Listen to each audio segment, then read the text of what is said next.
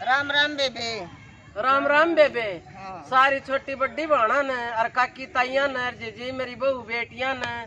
और बेटा पोता ने मेरी सारी संग की सहेलियां ने हमारी हाथ जोड़ की राम राम जीजी और हमारा यूट्यूब पर देखने वाला सब न राम राम। और एक बहुत बढ़िया ज्ञान की बात सुनाऊंगा और सुनियो बेबे, लाइक करियो, शेयर करियो, कमेंट करियो और जीजी किसान सब्सक्राइब ना कर रखा हो तो वह भी करियो। बोल जय श्री कृष्णा। जय श्री राम। बेबे यह बात से एक सेठ की और एक जाट की। अच्छा। जाट बे सादे बोले तो ही करते, बात बहुत पुरानी है। हाँ। पर ये सेठ सेठ ना उन बेवकूफ सोच लिया करते।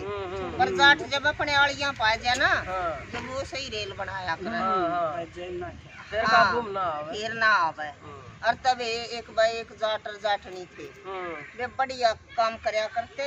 अच्छी खेती करते दोनों जने और वे बढ़िया कमाई होया करती। राम जी उनका खूब धन दिया करता। अच्छा। और तय एक उस गांव में सेठ था, तय वो सेठ सब न कर्जे दिया करता और पहले के ऐसे आदमी नहीं थे, अब मोटा सा ब्याज लेता और उनके गुट्ठे टकवा लेता बेचारे के, और किसी ने को ने दिया है या वाह मतलब घना धन इकट्ठा कर रहा था।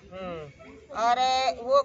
जो जाट था वो उसने तो कदे जरूरत पड़ी को ना, वो सेठ की बराबर का धन्ना सेठ हो रहा था। अच्छा। तो सेठ उस तो जलन लाग गया, अब सारा काम मेरे पर कर्जा ले है, अड़ियो ना मांगता कदे भी। और तब एक दिन एक पड़ोस में ब्याह था और उसकी जाटनी गीता में जा रही थी। अच्छा। और तो जाट का एक लेका जीना लग गया, उन्हें सच्ची साल लेना इतना बाहर चौतरे पर बैठ गया बाजेगी। और तबे जाकर चौतरे पर बैठ गया। इब सेठ आ गया, सेठ ने सोची आज मौका से इकी गैल तो कुछ न कुछ करूंगा। और तबे आकर ना और दूर सी खड़ा होकर नहीं दूर है और न्यू कर कान दबा कर हाय मर गया न्यू करने लग गया। और तो जाट भज्जा गया, ये भी साव है जाट, उस तो देखे ना जा और तो उसका दौरा गया बिला सेठ के हो गया वो अपने सादे सुबह रे बिला भीतर तक मकान काटता है रे मेरा कान काट लिया भीतर से। ये बेबे वो देखो सिंह चास खबर तो कुछ ले ना रहा था, कान कितने काट लिया। हाँ। और वे वो तो कल की मारन तट्या है ना, 2 आए 4 आए वे घने आदमी जुड़ गए। जब वे आदमी इकट्ठे हो गए ना, जब सेठ ने बोलिया हाय मर गया री जाट ने मेरा कान काट लिया। और तय वह बोले इब सारे जने उसका कर्जा ले रे, इब जाट को बोले भाई नहीं भी कदे कान कट्या करे और बोले सेठ तरह यो रे कान और बोले यो तो बाहर के दिखावे का हर सुन नाला भीतर था वो ही न काट लिया। इब सारे लोग सच्ची मान रहे वो तो कर्जो ले रहा था। हाँ। सही मानूंगा। जाट ने सोची बोले बड़े मूर्ख इकट्ठे हो रहे हैं और इस बात का तक मैंने के मैं इलाज करना ही पड़ेगा, ये तो मानना ही कोई नहीं। और तब उस गांव का राजा ऐसा बढ़िया था कि वो भेष बदल काम आदमी के उसमें और सारी नगरी में हंड्या करता अकूण के कर रहा है। ईसा सूत बैठा अक वो भी राजा उस टाइम पर उसे भेष मर नॉर्मल मारा था हम इंसान के में। तब वो खड़ा न्यू देखा बोला देख सेठ की क्या अक्ल मार रही है, न्या न तो मैं इसने ईब कर दूं पर मैं न्यू देखूंगा यो जाट अपना पीछा इस तो क्यों कर छुटावेगा। और तब बोला भाई वो बोला को ना खड़ा रहा। इब जाट बोले इब सारे कमाना भाई देखते नहीं का कान तो देना पड़ेगा जाट मुश्किल है बोला ये तो सारे हो गए। ये गांव का सरपंच आ गया, सरपंच भी के प्रभ ये बरता है तो बोले सब उसका ना लखामत देखा सरपंच के न्याय करेगा। सरपंच बोले देख भाई जाट सेठ का कान तो तन देना पड़ेगा। जाट ने सोची बुद्धि लानी पड़ेगी तन यो मानने को लिया। और तो बोले भाई सारे ठहरो तुम और मैं तुमने कान दे दूंगा पर के करे वो कान है ना मेरा भाई ले गया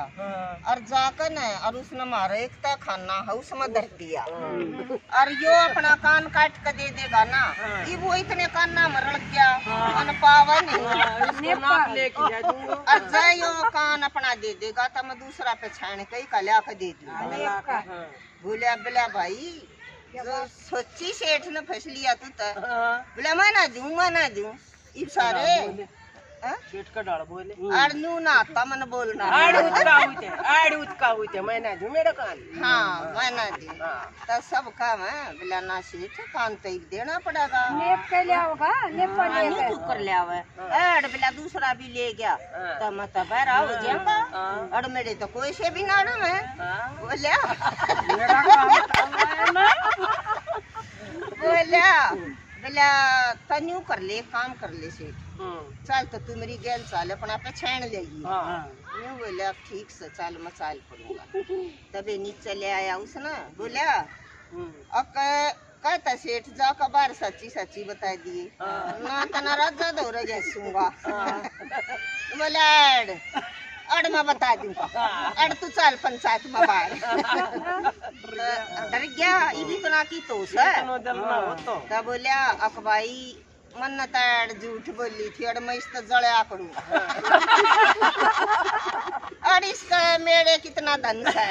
अड़ मैं इसका गणा जड़ू मन ये सोची आज इसने गांव में बाढ़ काट देगा तो तेड़ियो एड़ा जापन रह जाएगा अड़ मन मेरा कान कोई ना काट्या बेबे इवे न्यू सुनकर राजा ने देखा को हो बड़ा शाना जमींदारी होता है बोले ऐसा आता आदमी राजा का काम में आवे और तबे बोलिया अगला दिन उसने तब बोलिया उस जमींदार ने लिया बुला कर वो काऊ में सूत बैठ गया अब वो दिमाग का इतना तेज है ले देखेंगे उसने और तब बोलिया अगला दिन बेबे बुला लिया बोलिया भाई और तेरी तो बुद्धि बहुत तेज से ओ बोला राजा जो भगवान करे वो बोला अच्छा इसमें तेरी बुद्धि कती न लाग रही थी बोला राजा मेरा यो मतलब कौन है मैं तो उन्हीं को हूँ जिस तो वही बुद्धि दे दे राम जी वो शाना हो गया अरे किसकी नड़ ले वो बावड़ा हो गया बोला तो अच्छा था तने मेरे 3 बातों के उत्तर देने हैं और ना तो तन को लूमा कटड़वाऊंगा बोला महाराज बूझ लो बोला न्यू बता दे भगवान कड़रम है बोले अच्छा दूसरा प्रश्न बोला भगवान का मुंह की सोड़ से बोले अच्छा बोले अब भगवान करे के करे ये बेजमीदार न हुई मुश्किल न तो एक भी ना आवता सोची अकले इधर चालू पंडा छुटा कर बोले महाराज 3 दिन दे दो बोला ठीक से 3 दिन दे दिए आका बेबे घर बैठ गया वो तो अपना मुंह बना कर न उसकी बहू गण लाग गई बोला के बात है आज क्यों कर बैठा से तू ही समझा कि आदमी क्यों कर बैठा है तो बोले मेरी गैल बकवाद तक कर मत ना और मेरा मजाक का कभी मूड नहीं है और मेरे ताई तो राजा ने 3 प्रश्न बुझे हर मन तो एक भी ना आता वाह बोली कि मन्ना तो बता दे जब रखे सके मेरा मन्ना आनते हो मैं बता दूं हाँ नहीं बोला करे तू अनपढ़ औरत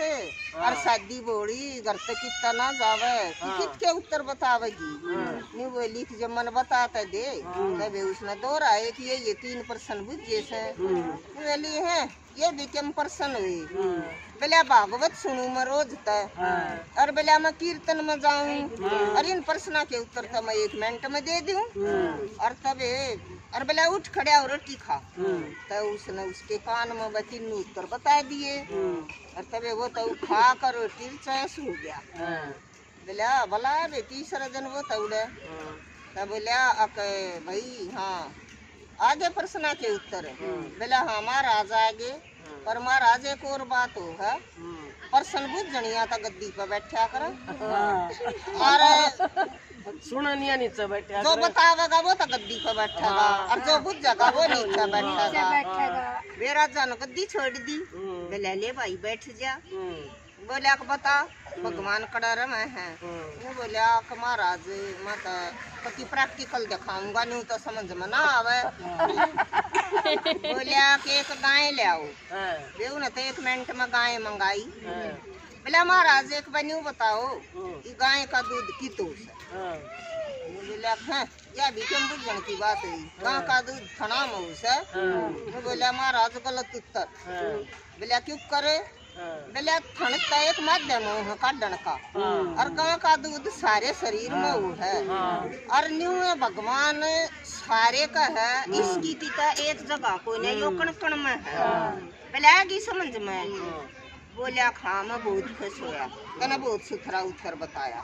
दूसरा बोले भगवान का मुख की सोर्स है बोले महाराज यो भी प्रैक्टिकल दिखाना पड़ेगा एक मोमबत्ती मंगा लो तभी राजा ने 1 मिनट में मोमबत्ती मंगा दी बोले न जला दो जड़ा दी बोले महाराज इसका मुंह की मानस है हाँ बोला मूर्ख इसका मुंह ऊपर न से और बोले इसका प्रकाश की मानस है बोले चार ओढ़ने से बोले फिर महाराज यो तो उत्तर मिल गया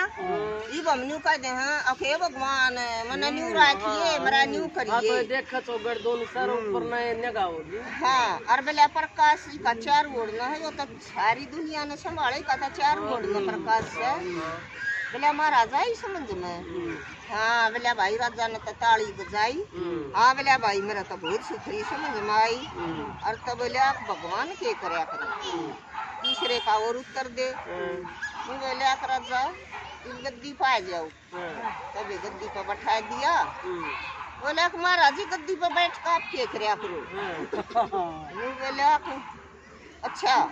क्या करया करूँ मैं 1 मिनट भी रात ने भी नहीं सोता और तने मैं थाली ला लिया देश बदलूं सारी दुनिया में हंडूं न्यू देखूं कौन के कर रहा प्रजा के कर रही है सब न मैं संभालूं और तू न्यू कब हक राजा तू के करया करे तो बोले राजा मैं न्यू तो समझाऊं भगवान भी तू तो एक इस नगरी ने संभाला है और भगवान सारी दुनिया ने संभाला है तो भगवान भी यो काम करया करे तबे राजा तब बोलिया उसने तभी 1 लाख सोने की मोर दी उसने जाटता अरबे बोलिया कि इस आदमी का राजा की उस मकान में आया कर सलाहकार रख लिया उसने तो अब तू तो मेरा सलाहकार रहेगा अरबे वे तो जाट जाटनी खूब मौजता रहन लग गए राजा की ये नगरी में उन्हें बढ़िया मकान मिल गया अरबे वे तो उड़े रहे और तबे जाट की बुद्धि उन्हें कमा के ले गए सेठ तो तेज हो बताऊं रे 52 बुद्धि बाणी यार 58 जाट